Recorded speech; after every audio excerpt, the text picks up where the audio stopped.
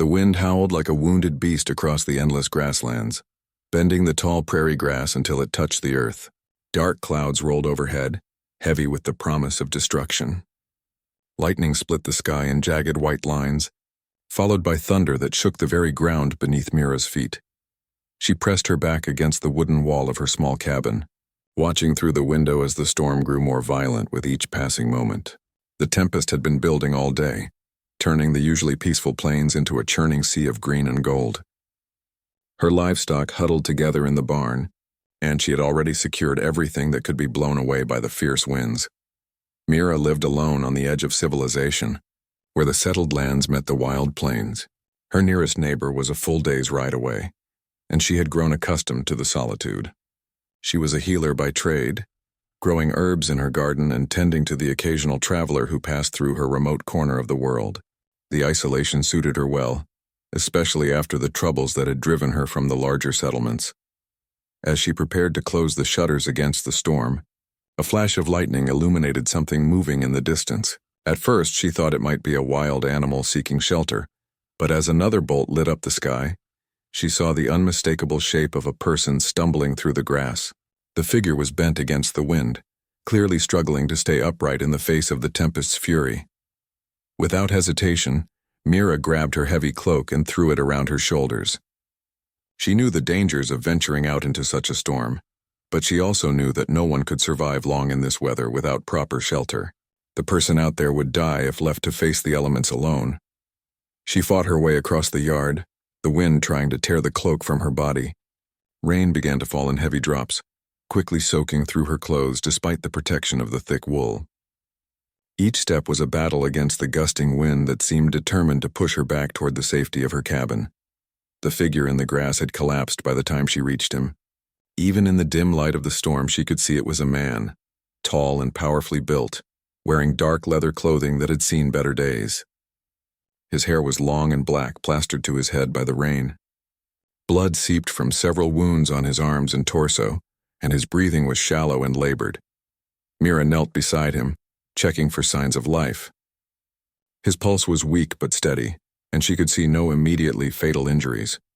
Whatever had hurt him, it had been recent. The wounds were still fresh, and there was something about them that made her uneasy. They looked like claw marks, but larger than any bear or wolf she had ever seen. With great effort, she managed to get the unconscious man to his feet, supporting his weight as best she could. He was much heavier than she had anticipated, his body solid with muscle despite his current weakened state. Step by painful step, she half carried, half dragged him back to her cabin, fighting against the wind every inch of the way. Once inside, she helped him onto the small bed in the corner of her main room. The cabin was simple but comfortable, with one large room that served as kitchen, living area, and workspace, and a smaller room where she stored her herbs and healing supplies. A fire crackled in the stone hearth, casting dancing shadows on the wooden walls. Mira lit several oil lamps to give herself better light to work by, then began examining the stranger's injuries more carefully. The wounds were deep but clean, as if made by something incredibly sharp. She had seen similar marks before, but only in the most remote parts of the plains, where things lived that most people preferred not to think about. As she cleaned and bandaged his wounds, she couldn't help but notice other things about the man.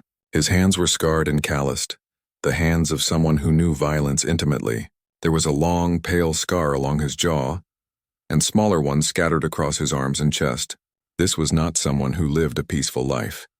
His weapons lay where she had dropped them by the door. A sword with a worn leather grip, several knives of different sizes, and a bow with a quiver of arrows. All of them showed signs of regular use and careful maintenance.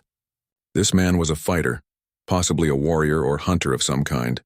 The storm continued to rage outside, making the cabin creak and groan with each gust of wind. Mira worked steadily, applying her healing knowledge to treat the stranger's injuries. She brewed a tea from herbs known to fight infection and encourage healing, though she would have to wait for him to wake before she could get him to drink it. As she worked, she found herself wondering who this man was and what had brought him to her remote corner of the world. The plains were vast and largely empty, home to scattered settlements and the occasional band of traders or travelers. But this man seemed different somehow, more dangerous than the usual visitors she encountered. The wound suggested he had been in a fight with something large and predatory. But what kind of creature could inflict such damage? The plains had their share of dangerous animals, but most were careful to avoid humans.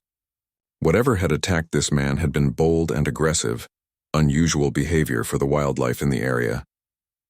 By the time she had finished tending to his injuries, the storm was reaching its peak intensity. The wind howled like a living thing, and rain hammered against the shuttered windows. Lightning flashed almost continuously, followed by crashes of thunder that seemed to shake the very foundations of the cabin. The stranger remained unconscious throughout her ministrations, though she could see that his breathing had improved. His color was better too, suggesting that her treatment was helping. Whatever had happened to him, he was strong enough to survive it, at least for now. Mira settled into her chair by the fire, keeping watch over her unexpected guest. The storm would pass eventually, as all storms did, but until then they were trapped together in her small cabin. She found herself hoping that when the stranger woke, he would prove to be worthy of the risk she had taken in bringing him inside. Outside, the tempest continued its assault on the plains as if trying to tear the very earth apart. Inside the cabin, woman and stranger waited for dawn, neither knowing what the new day would bring. Dawn came slowly, the storm finally exhausting itself as the first pale rays of sunlight struggled through the dissipating clouds. Mira had dozed fitfully in her chair throughout the night, waking every few hours to check on the wounded stranger. His fever had broken sometime before sunrise, and his breathing had become deep and regular. She was preparing a simple breakfast when she heard him stirring. Turning from the stove, she saw him pushing himself up on his elbows, his dark eyes scanning the unfamiliar surroundings with the wariness of someone accustomed to danger. When his gaze fell on her, she saw him tense, his hand instinctively reaching for weapons that were no longer at his side. "Easy," Mira said softly, keeping her voice calm and unthreatening. "You're safe here. I found you collapsed in the storm last night and brought you inside." The man studied her for a long moment, his eyes taking in every detail of her appearance and the cabin around them. He had the look of someone who assessed threats automatically, without conscious thought. Finally, he seemed to relax slightly, though she noticed he remained alert and ready to move quickly if necessary. "You treated my wounds," he said, his voice deep and rough from disuse. It wasn't a question but a statement, as if he had already examined the bandages and judged the quality of her work.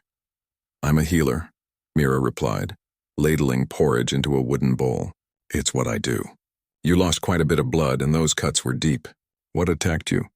The stranger's expression darkened, and for a moment she thought he wouldn't answer. When he finally spoke, his words were careful and measured, something that should have been dead already. He accepted the bowl of porridge she offered, eating slowly but steadily. Mira noticed that even while eating, his attention remained divided, part of him always listening for sounds from outside the cabin. This was a man who had learned never to let his guard down completely. "I'm called Mira," she said, settling into her chair with her own bowl. "What should I call you?" Again, that careful pause before answering. "Kale." She waited for him to elaborate, but he seemed content to eat in silence. There was something about his manner that suggested he wasn't accustomed to casual conversation. Everything about him spoke of someone who lived on the edges of society, someone who trusted few and revealed less. As the morning progressed, Kale's strength returned with surprising speed. By midday, he was moving around the cabin, testing his mobility and examining his weapons with the thoroughness of a professional. Mira found herself fascinated by the way he moved, with a fluid grace that spoke of years of training and experience. "The wounds are healing well," she observed as she changed his bandages. "Whatever you encountered, you're lucky to have escaped with your life." Kale's jaw tightened. Luck had nothing to do with it. There was something in his tone that made her look at him more closely. The scars she had noticed the night before told their own story, but now she began to see other details. The way he held himself, the constant alertness, the economical movements that wasted no energy. This was a man who lived by violence, who had made killing his profession. "You're a hunter," she said, and saw his eyes sharpen with interest at her perception. "Among other things," he replied carefully. "What kind of hunter travels alone into the deep plains?" "Most people avoid the remote areas, especially during storm season." Kale finished securing his sword belt around his waist, testing the weight and balance of his weapons. "The kind that hunts things other people can't." The cryptic answer only deepened Mira's curiosity, but she sensed that pressing for more information would be counterproductive. Instead, she focused on the practical concerns of his recovery. "You should rest for another day at least," she advised. "Those wounds need time to fully close, and you've lost more blood than you realize." "I can't stay," Kyle said firmly. "What I was tracking won't wait for me to recover." "And what exactly were you tracking?" For the first time since awakening, Kyle met her eyes directly. What she saw there made her take an involuntary step backward. There was something cold and implacable in his gaze, something that spoke of terrible purpose and unwavering determination. "Something that kills for pleasure," he said simply. "Something that needs to be stopped." The way he said it sent a chill down Mira's spine. She had lived on the plains long enough to know that there were things in the wild places that defied easy explanation. Most people dismissed such stories as superstition, but she had seen enough strange things herself to keep an open mind. "Is that why you're wounded? You found whatever you were hunting?" Kale nodded grimly. "Found it and fought it, but it got away." "And you intend to go after it again, even injured?" "Especially injured. Now it knows I'm hunting it, which makes it more dangerous to everyone else." There was something in his voice that spoke of personal responsibility, as if the safety of others was his burden alone to bear. Mira found herself wondering what had shaped this man into someone who would take on such a role. As the afternoon wore on, she learned a little more about her mysterious guest. He had been tracking his quarry for several weeks, following a trail of destruction across the plains. Whatever he was hunting had been killing livestock and attacking isolated settlements, always moving before anyone could organize a proper response. "Why you?" Mira asked. "Why not the local authorities or the militia?" Kale's expression grew distant. "Because they wouldn't know what they were facing. They'd get themselves killed and accomplish nothing. But you would know?" "Yes," he said with quiet certainty. "I would know." There was something final in the way he said it, as if the conversation was over. Mira respected his privacy, but she couldn't shake the feeling that there was much more to this story than he was revealing. As evening approached, Kale made preparations to leave despite her medical advice. He moved with purpose and efficiency, checking his weapons and supplies with the thoroughness of someone who knew that preparation could mean the difference between life and death. "The storm will have washed out most tracks," Mira observed as she watched him work. "Not the ones I'm looking for," Kale replied. "This creature leaves signs that go deeper than footprints." "What kind of signs?" Kale paused in his preparations, considering his answer. "The kind that mark it as something that shouldn't exist in this world." The words hung in the air between them, heavy with implication. Mira felt a chill that had nothing to do with the evening air. Whatever this man was hunting, it was something beyond her experience or understanding. "Will you be back this way?" she asked, surprising herself with the question. Kale looked at her for a long moment, and she thought she saw something soften in his expression. "Perhaps, if I survive." The casual way he spoke of his own possible death unsettled her. This was a man who had accepted that his chosen path might lead to his destruction, yet he continued on regardless. She found herself admiring his courage even as she questioned his wisdom. As he prepared to leave her cabin, Mira realized that the brief time she had spent caring for this stranger had affected her more than she wanted to admit. There was something about him that called to her, something that made her want to understand the forces that had shaped him into what he was. 3 days passed after Kale's departure, and Mira found herself unable to shake thoughts of the mysterious hunter. She went about her daily routines, tending her garden, preparing medicines, and caring for her animals. But her mind kept drifting to the wounded stranger who had appeared in the storm and disappeared just as suddenly. On the 4th morning, her neighbor Willem arrived unexpectedly, his horse lathered with sweat and his face pale with fear. Willem was a practical man who had lived on the plains for 20 years, not given to flights of fancy or unnecessary panic. Seeing him in such a state immediately put Mira on alert. "Something's wrong at the Hendricks place," Willem said without preamble, dismounting quickly. "Found their livestock scattered and torn up, but no sign of the family. Blood everywhere, but no bodies." Mira felt her stomach drop. The Hendricks family lived about 15 miles to the east, close enough to be considered neighbors by plain standards. They were good people with 3 young children, the kind of family that formed the backbone of the scattered communities. "When did this happen?" she asked, already moving toward her supplies. Hard to say exactly. I was supposed to help Jakob with his fence repair 3 days ago, but the storm kept me home. When the weather cleared, I rode over to check on them. Willem's hands shook as he spoke. Never seen anything like it, Mira. Whatever did this, it wasn't natural. The description sent a chill through Mira as she remembered Cale's words about hunting something that killed for pleasure. Could this be connected to whatever he had been tracking? The timing seemed too coincidental to ignore. Did you see any tracks? Any sign of what might have done this? Willem nodded grimly. Tracks unlike anything I've ever seen. Too big for a wolf, wrong shape for a bear. And they just stopped. Like whatever made them just vanished into thin air. Mira packed her medical supplies quickly, though she feared they would be of little use if the family was truly gone. As they rode toward the Hendricks homestead, Willem described what he had found in more detail. The damage was extensive and seemed almost deliberate in its brutality, as if the attacker had taken pleasure in the destruction. The scene at the Hendricks place was worse than Willem's description had prepared her for. The small farmhouse stood intact, but the yard was a scene of devastation. The barn had been partially destroyed, its wooden walls showing deep gouges that could only have been made by something with incredible strength and razor-sharp claws.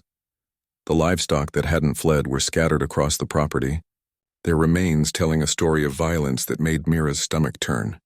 Whatever had done this possessed both the power to kill large animals and the cruelty to torture them first.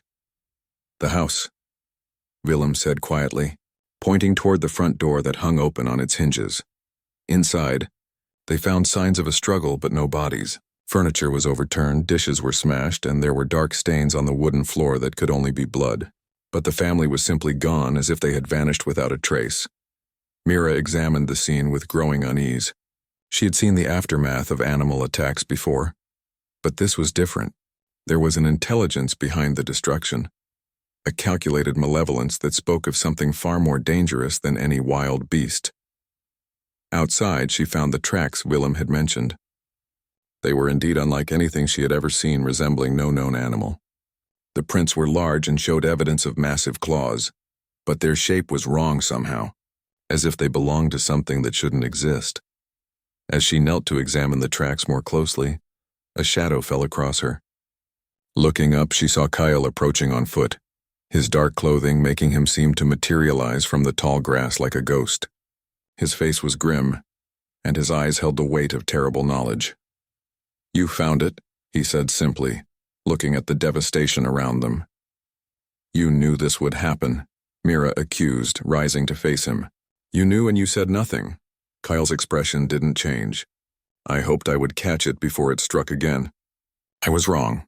Willem stepped between them, his hand resting on the knife at his belt. "Who is this man, Mira? And what does he know about what happened here?" "This is Kale," she said, not taking her eyes off the hunter. "He's been tracking whatever did this." "Then why didn't he stop it?" Willem demanded.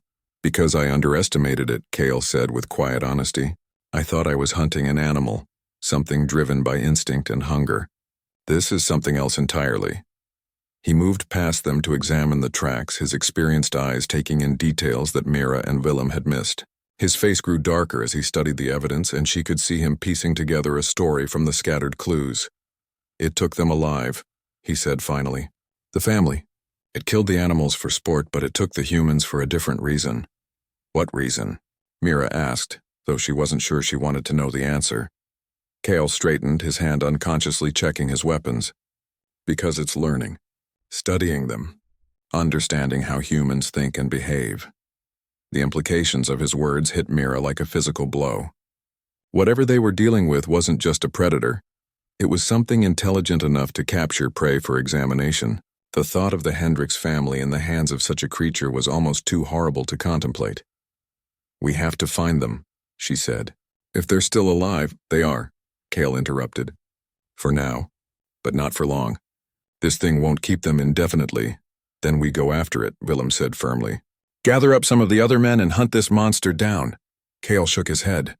"Send ordinary men against this creature and you'll just be giving it more victims. This requires a different approach." "What kind of approach?" Mira asked. For the first time since she had met him, Kale seemed to hesitate. She could see him weighing his words carefully, as if deciding how much truth she could handle. The kind that requires someone who understands what we're really facing, he said finally. This isn't just some large predator or rabid animal. It's something that was never meant to exist in this world. What are you talking about? Willem demanded. Speak plainly, man. Cale looked at both of them, and Mira saw something in his eyes that might have been regret. I'm talking about a creature that was summoned from the deep places of the earth, given form and hunger and turned loose upon the world. I'm talking about the kind of monster that appears in the oldest legends, the ones people dismiss as superstition.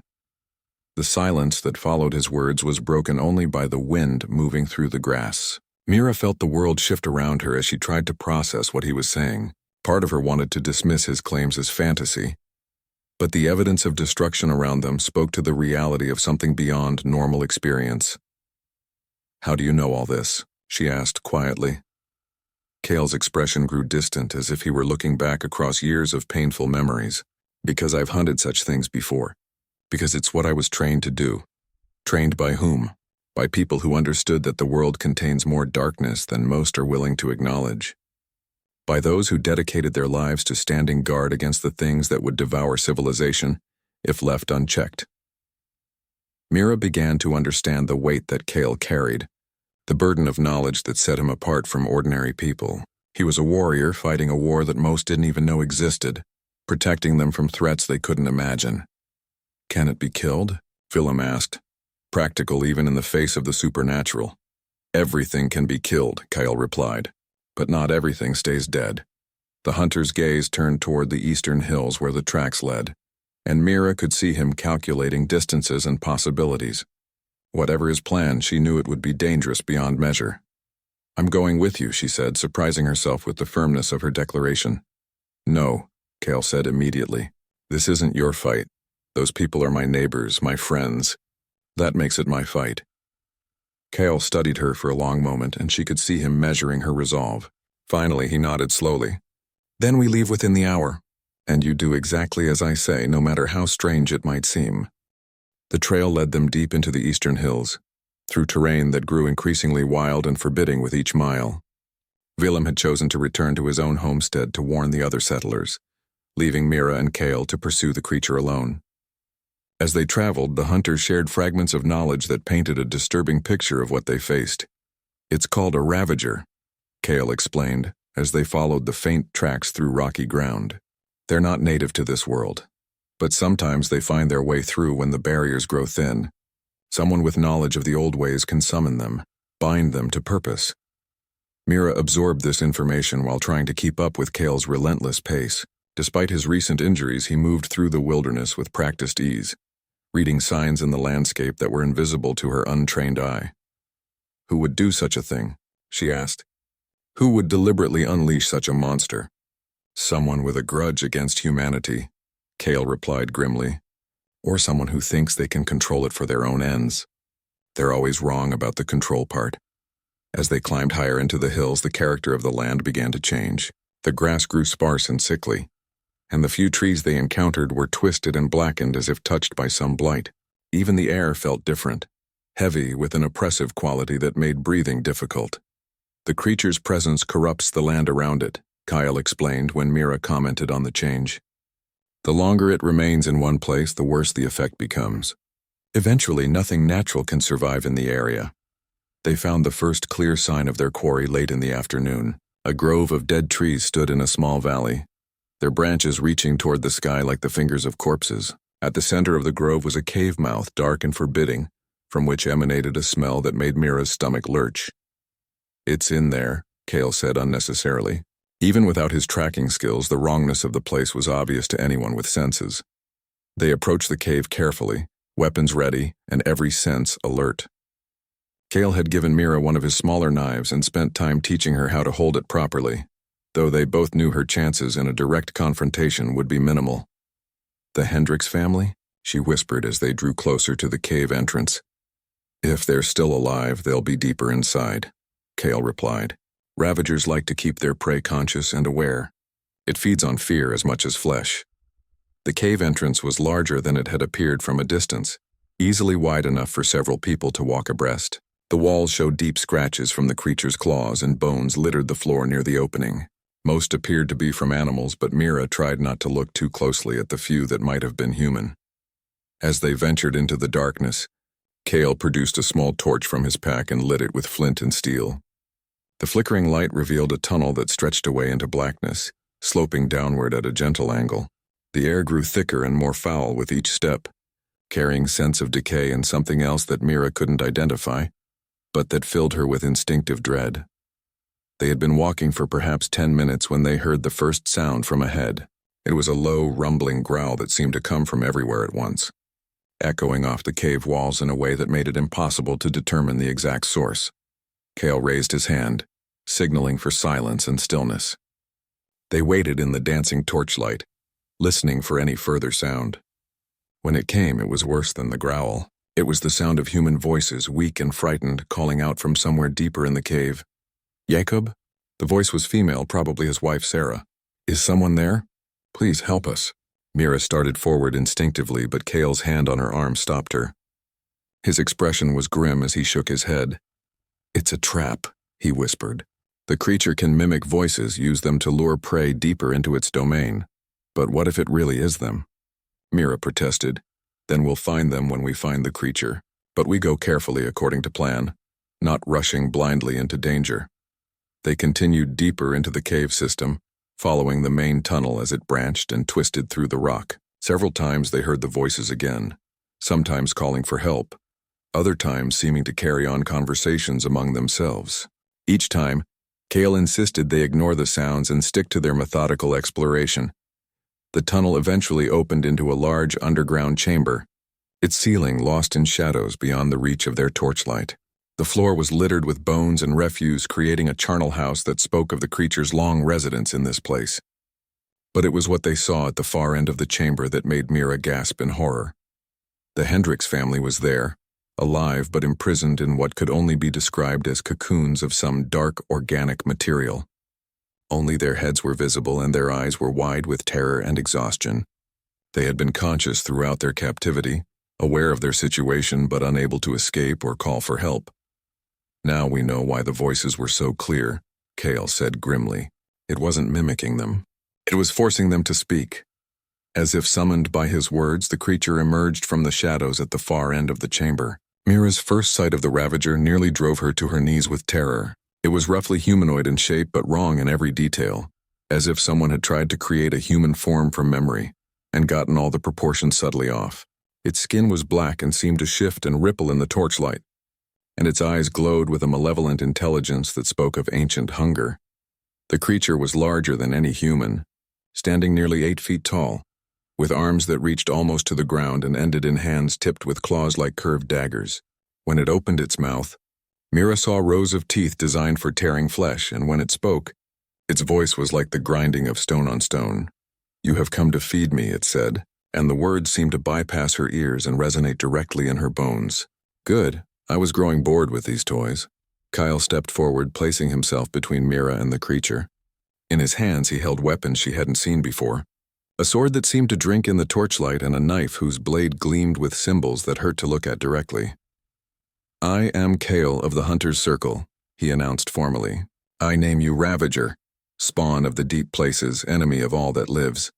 I have come to send you back to the darkness that birthed you." The creature laughed, a sound like breaking glass and screaming metal. "A hunter here? How delightful.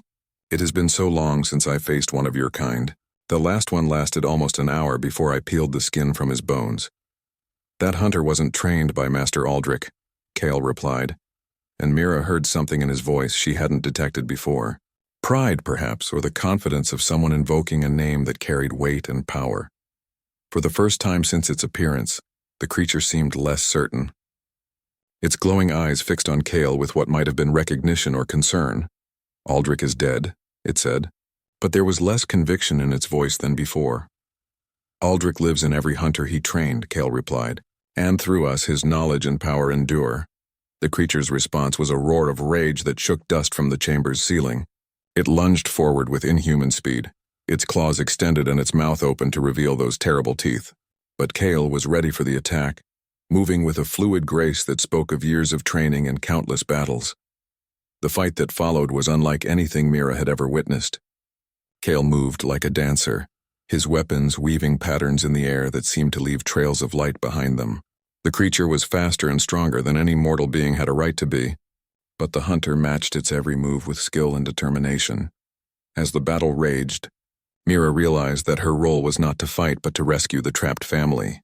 While Kale kept the creature occupied, she made her way carefully around the edge of the chamber toward the imprisoned Hendricks family, the knife he had given her ready to cut through their bindings.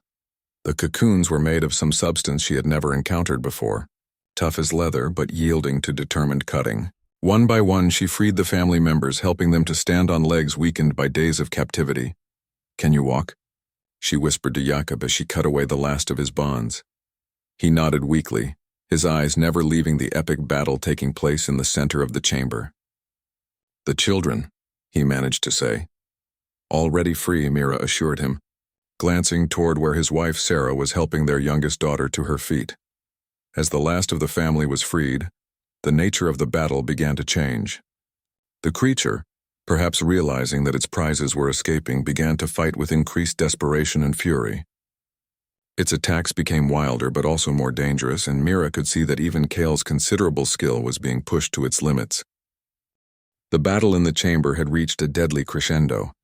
Kale's enchanted weapons left glowing wounds on the Ravager's dark flesh, but the creature's supernatural resilience allowed it to fight on despite injuries that would have felled any mortal being.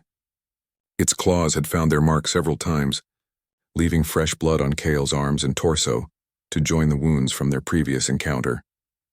Mira helped the Hendricks family toward the tunnel entrance, their weakened condition making progress slow. The youngest child, a girl of perhaps 6, could barely stand, and Sarah herself was struggling with exhaustion and dehydration from their captivity. "Go," Jacob whispered to Mira as they reached the tunnel mouth. "Get my family out of here. I'll stay and help the hunter." "You're in no condition to fight," Mira protested, but she could see the determination in his eyes. Despite his ordeal, he was unwilling to abandon the man who had come to rescue them. A particularly vicious exchange between Kyle and the creature sent both fighters crashing against the chamber walls. The hunter rolled to his feet with practiced ease, but Mira could see that he was beginning to tire. The Ravager, on the other hand, seemed to draw strength from the violence itself, its wounds smoking and beginning to close. "The binding circle," Kale shouted over the creature's roars, dodging another swipe of its massive claws. "Look for symbols carved into the floor. This thing was summoned here, which means there has to be a binding circle somewhere in this chamber." Mira's eyes swept the bone-littered floor, searching for any sign of the markings Kale described. It was Sarah Hendricks who spotted them first, pointing toward a section of the chamber that had been partially hidden by debris and skeletal remains. "There," Sarah gasped, "under those bones." Mira could see them now, ancient symbols carved deep into the stone floor and filled with what looked like dried blood and other substances she preferred not to identify. The circle was perhaps 10 feet across, with intricate geometric patterns and symbols that seemed to writhe and shift when she looked at them directly. "The circle binds it to this place," Kyle explained between sword strokes, his breathing labored from the prolonged combat. "But it also sustains it. Break the circle and the creature loses its anchor to this world." "How do I break it?" Mira called back, already moving toward the carved symbols. "Iron and salt," Kale replied, parrying a blow that would have taken his head off. "Mix them together and pour the mixture into the central groove. The binding will unravel." Mira frantically searched through her supplies, finding the small pouch of salt she carried for preserving medicines and the iron filings she used in certain healing preparations. Her hands shook as she mixed them together, acutely aware that Kale was growing weaker with each exchange. The creature seemed to sense what she was doing, because it suddenly broke off its attack on Kyle and turned toward her with a shriek of rage. Its glowing eyes fixed on her with malevolent intelligence, and she realized that she would never reach the circle in time. That was when Jakob Hendricks proved that his ordeal hadn't broken his spirit. Despite his weakened condition, he stepped into the creature's path, brandishing a broken piece of bone like a weapon. The Ravager's claws swept across his chest, sending him flying against the chamber wall, but his sacrifice bought Mira the seconds she needed. She poured the iron and salt mixture into the central groove of the binding circle, and the effect was immediate and dramatic. The carved symbols began to glow with a sickly light, and the creature let out a wail of anguish that seemed to shake the very foundations of the cave. "It's working!" Kale shouted, pressing his attack as the Ravager writhed in obvious pain. "The binding is breaking down." The creature's form began to waver and shift as if it were losing cohesion. Its claws became translucent and its terrifying roar faded to a whisper. But even as it weakened, its eyes remained fixed on Mira with a hatred that promised vengeance. "This is not over, mortal," it hissed, its voice already beginning to fade. "Others will come. Others will finish what I began. Let them come," Kale replied, driving his enchanted blade through the creature's chest. "The hunter's circle will be waiting." The Ravager's form dissolved into shadow and smoke, sucked away into some other dimension with a final shriek of frustrated rage. The oppressive atmosphere that had filled the chamber lifted, and for the first time since entering the cave, Mira could breathe freely. Kale staggered and nearly fell, the adrenaline of battle no longer masking his exhaustion and injuries. Mira rushed to his side, supporting him as she had on that first night when the storm brought him to her door.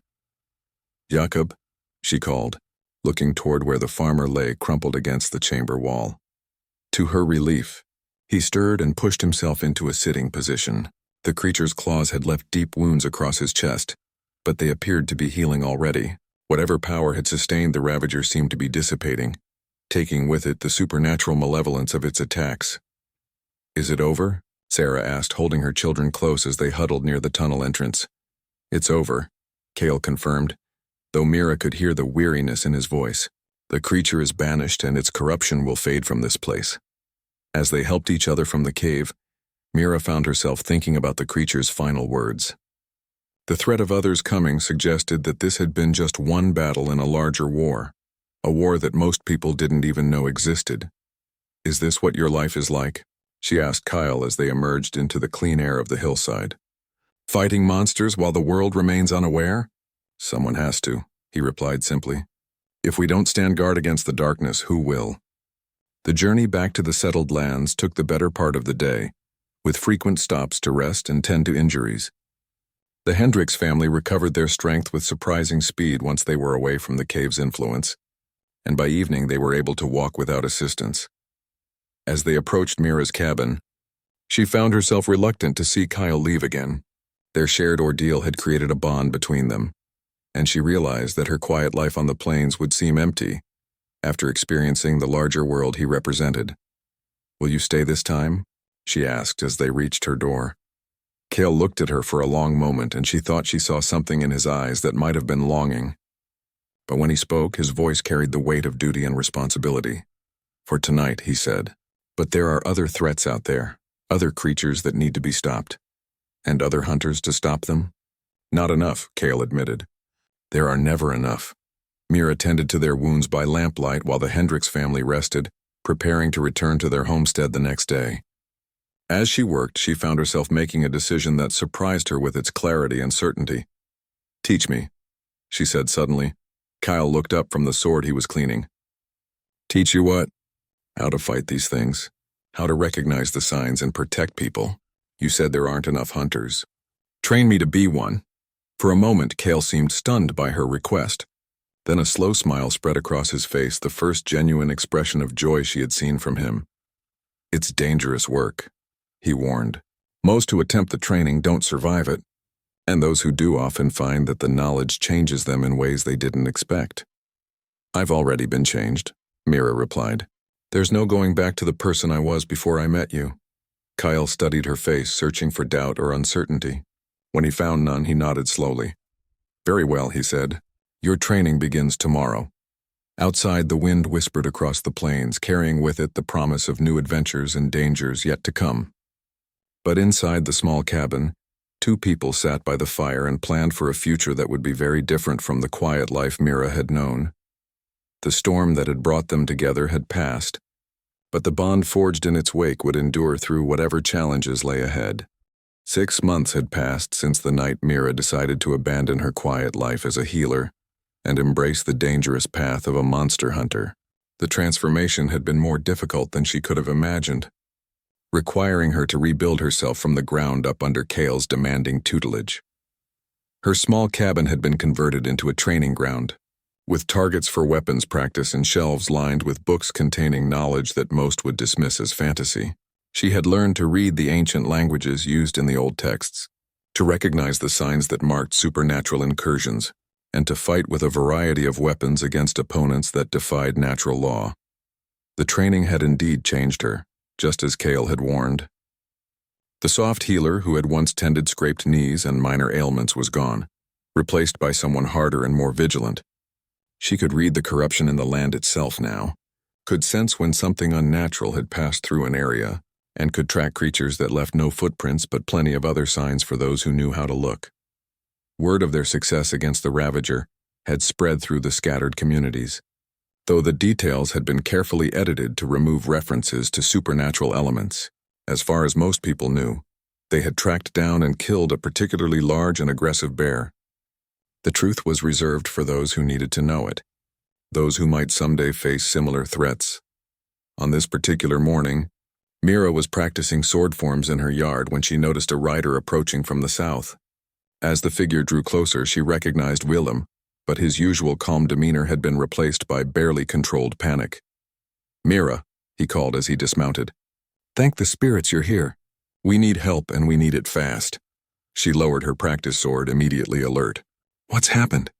"It's the Blackwood settlement," Willem said, his words tumbling over each other in his haste. "Something's been taking people. Started 3 weeks ago with old Marcus going missing from his farm. Then the Patterson boy vanished from his own bed. Now it's gotten bolder. Last night it took an entire family right from their dinner table." Mira felt the familiar chill that accompanied news of supernatural activity. "Any witnesses? Any sign of what's doing this?" "That's the strange part," Willem replied. "The few people who've seen anything describe it differently each time. Some say it's a giant wolf.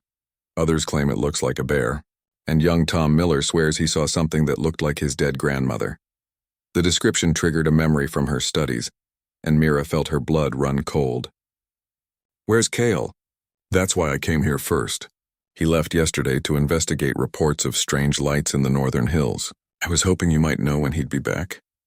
Mira was already moving toward the cabin to gather her supplies. The creature Willem described matched the characteristics of something far more dangerous than a Ravager, something that required immediate action. "He won't be back for several days," she said over her shoulder as she packed her weapons and equipment. "We can't wait for him." "You mean to go after this thing alone?" Willem asked, following her into the cabin. "Not alone," Mira replied, securing her sword belt and checking her enchanted knife. "You're coming with me, and we'll need to gather some of the other settlers. This isn't something I can handle by myself." Willem's face went pale. "Mira, I'm no fighter. I wouldn't be any help against something like this." "You won't be fighting," she assured him, "but I'll need someone to coordinate the evacuation of the settlement while I deal with the creature." As they rode toward Blackwood, Mira explained what they were likely facing. The creature was called a fetch, a shape-shifting entity that fed on human life force and had the ability to assume the appearance of its victims. Unlike the Ravager, which was a creature of pure destruction, the fetch was subtle and cunning, preferring to infiltrate communities and feed gradually rather than announce its presence with obvious violence. "How do you kill something that can look like anyone?" Willem asked as they crested a hill that gave them their first view of the Blackwood settlement. "Iron and silver work, just like with most supernatural creatures," Mira replied. "But the real challenge is identifying it in the first place. Fetches can maintain their disguises almost perfectly, but they can't replicate the emotional connections between people. They know facts and memories, but they don't understand feelings." The settlement below them appeared normal at first glance, smoke rising from chimneys and people going about their daily business.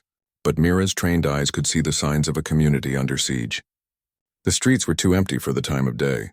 Windows were shuttered despite the pleasant weather, and people moved in groups rather than alone. They were met at the edge of town by Samuel Blackwood, the settlement's founder and unofficial leader. He was a big man with graying hair and the weathered hands of someone who had spent his life working the land, but his eyes held the haunted look of someone who had seen too much. "Thank the spirits you came," Samuel said, gripping Mira's hand firmly. "We're at our wits' end here. People are afraid to sleep in their own beds, and we don't know who to trust anymore." "Tell me about the latest incident," Mira said as they walked toward the settlement's main building. Samuel's face darkened. "The Morrison family. Found their house empty this morning. Dinner still on the table like they'd just stepped out for a moment.